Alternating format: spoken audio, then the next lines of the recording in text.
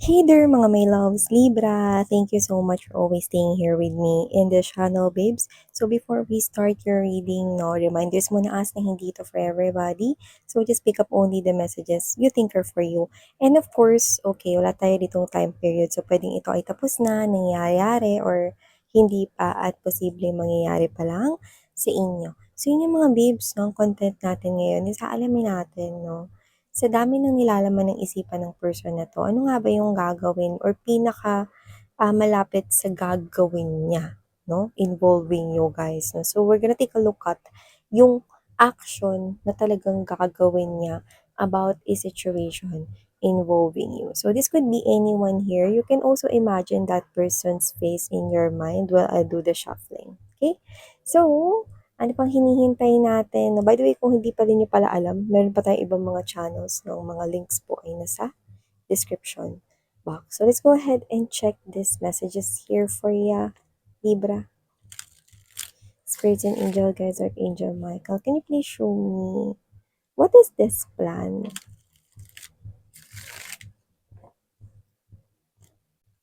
of the person connecting with Libra? Ano yung gagawin niyang plano? Yung gagawin niyang plano patungkol kay Libra. Libra.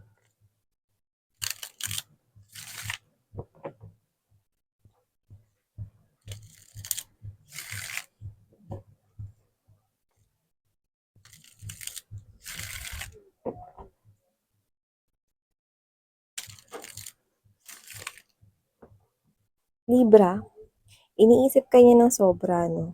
Nakita ko siya rito. May ginagawa pero bahagi ng kanyang isip, no, ay ikaw. See? Ace of Cups energy. Someone here who loves you. Thinking about marrying you. Someone who is single.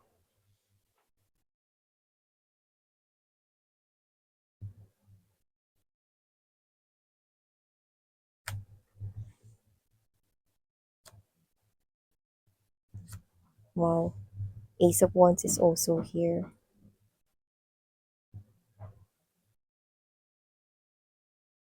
Okay.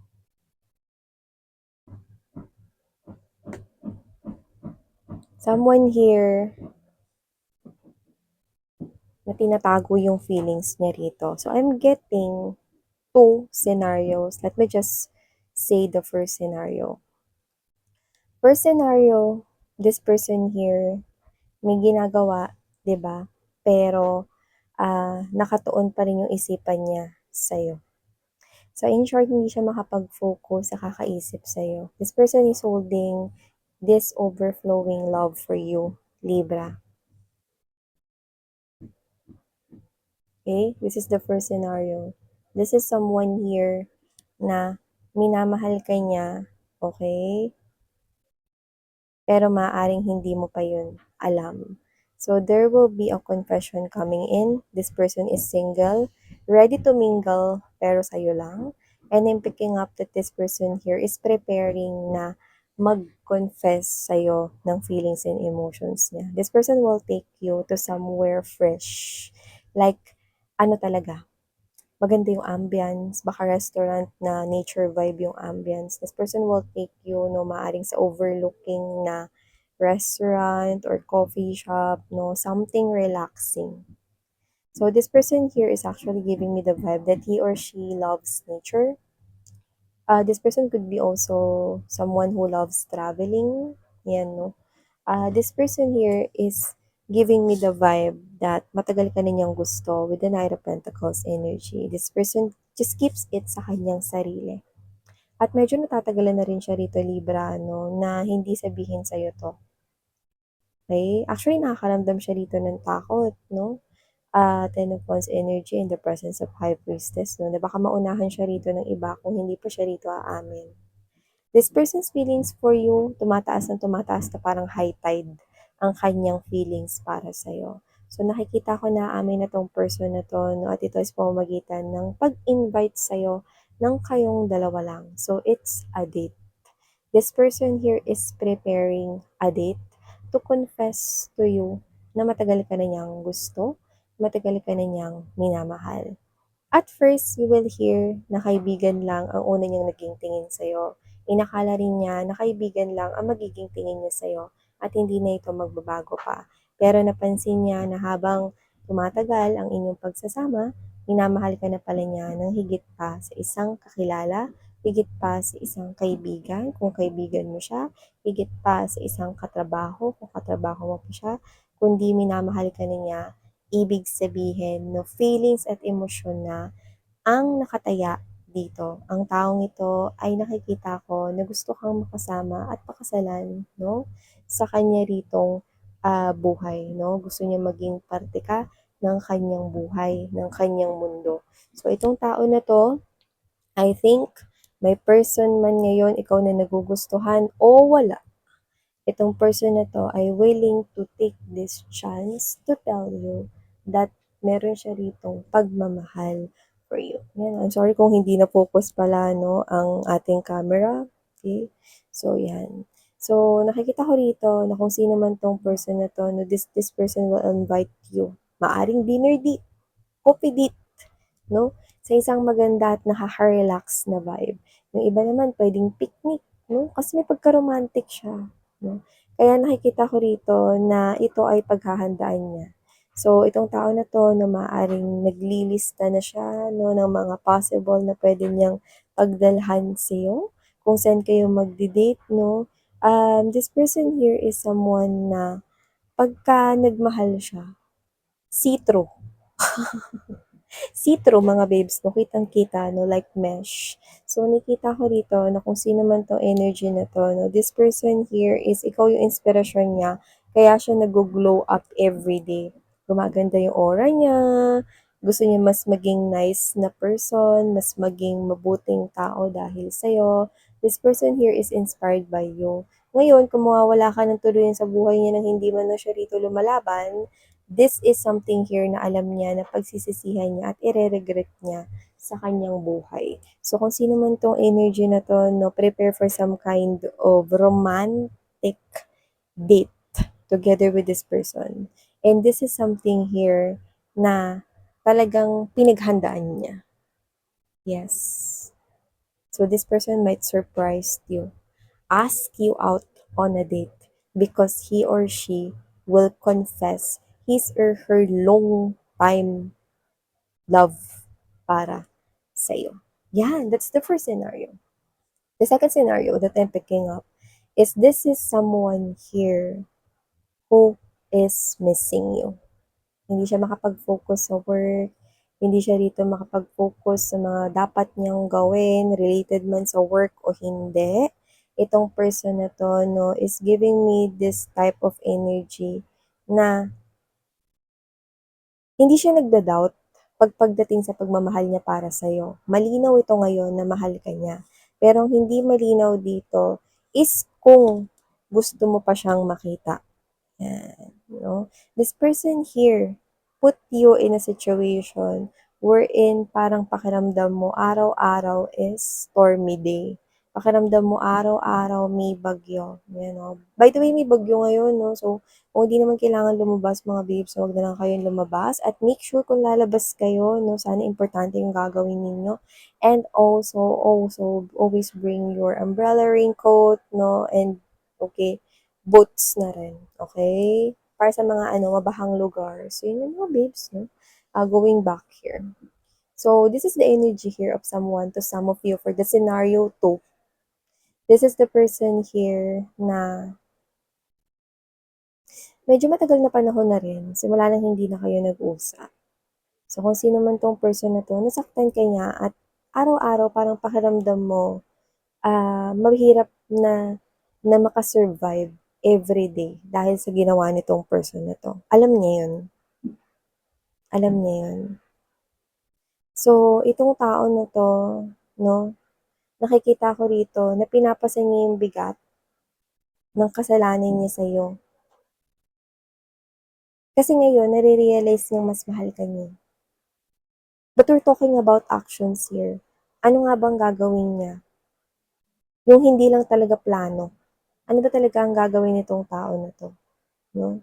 Well, nakikita ko na ang ginagawa niya ngayon is kinakausap niya yung mga outside energies na involved sa situation ninyo. Areglo, pakikipag-ayos, paghingi ng tawad. So, maaring marinig, malaman at mabalitaan mo yan. Maaring yung mga friends mo, no? Or mga friends niya rito na pwedeng nasabihan niya rito ng maling storya or ano man yung mga nasabi niya rito na medyo hindi totoo, may halong kasinungalingan, tinatama niya yun ngayon. Kahit sa mga kaibigan niya. So dito nakita ko na binababa niya rito no ang pulang bandera at itinataas ang puti. No, ibig sabihin nitong tao na to no ay nagdedeklara ngayon ng isang klase ng parang ceasefire kumbaga. Yung ginawa niyang alon ay nakikita ko rito no na inaayos niya na. So aaminin niya kahit sa mga kaibigan at pamilya niya rito na yung kwentong nasabi niya sa inyo, nasabi niya sa kanila about sa inyo is hindi totoo. Ginawa niya lang yon dahil sa pansarili niyang dahilan. O baka ginawa niya yun para masisi sa'yo ang kasalanan na siya naman yung may gawa. Ngayon, whether you already know this or not, this person is already talking one by one with the people na na-involve sa connection na ito. Kasi may mga tao ring nasaktan, lalo na nakita ko rito, yung pamilya mo at yung mga kaibigang sobrang malapit sa'yo. So, posibleng itong tao na to, no, ay trinador ka. Ano mang pamamaraan yan. Trinador ka, nasaktan ka, you feel like na parang hindi na sumisikat yung araw sa east. Na parang palagi na lang sunset, no? Yung iyong life. That's why you really had a hard time before surviving a day. And this person here wants to show up out of the blue. Kasi he feels like wala na siyang time. Nauubos na yung time niya. Marami na rin siyang inaksayang oras dito. So, oras na para marinig mo yung apology niya. So, baka hindi niya inamin at dininay niya lang yung mga mali niya noon. Pero ngayon, mukhang gusto niya na rito, no, na itama ang lahat. Ikaw yung pinakahuling tao na lalapitan niya. So, nakikita ko na kung kasali yung parents mo sa mga naapektuhan dito, nakikita kong lalapitan at kakausapin niya yun bago ikaw. So, regardless kung galit sa kanya yung pamilya mo o yung mga kaibigan mo, no, it doesn't matter for this person. Because he already know na siya yung dapat nasisihin. Yan ang sinasabi niya sa kanyang sarili. Ang taong ito ay handa nang itama ang kanyang pagkakamali, handa nang lunukin ang kanyang ego at pride, at handa na ritong itama ang lahat. Kaya kung sino man tong energy na to, no, for the scenario number 2, this person here is someone na handa na rito. Okay? Nasaluin, okay, yung lahat ng mga magiging paratang o sasabihin ng mga tao sa paligid niya. Pero ang nakikita ko pinaka-importante para sa kanya no, ay ang side mo. So, for this person, hindi na importante kung babalik ka sa kanya or whatever, pero alam niyang deserve mo yung apology. This person here is actually dumidistansya sa ngayon with other people so that mas makapag-isip siya rito ng mas maganda rito na gagawin niya about the situation here involving you. The energy of the King of Cups energy is someone who hides so much feelings and emotions. But through actions, this person will definitely show you kung paano siya nabigatan sa sitwasyon na ito. Human beings tend to get blinded by glitters, by loss, by nonsense desires. So maybe that's what happened.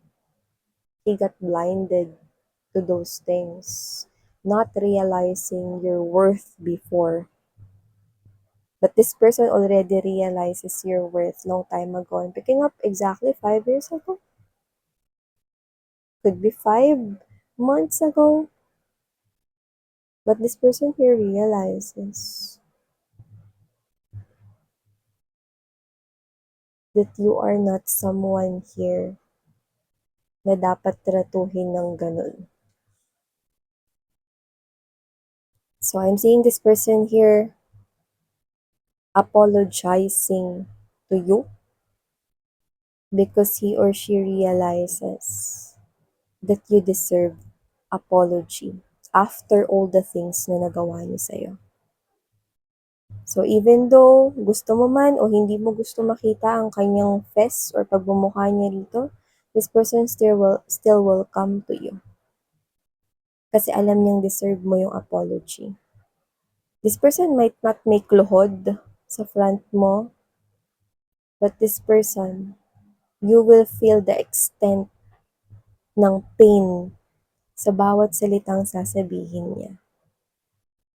Because this person might not tell you how much he or she loves you, but this person will eventually make you feel the heaviness of his or her energy na parang dumating na sa'yo yung mensahe, no?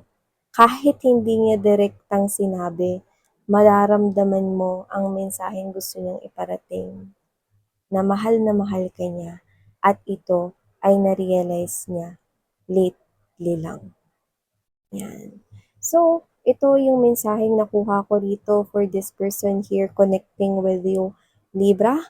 Thank you so much sa oras mo, and if you do have here time, no, you also might want to check out other channels. The links are down below. Thank you, and muli ako po si Yan Sarang Hayo, Love and Light. Annyeong!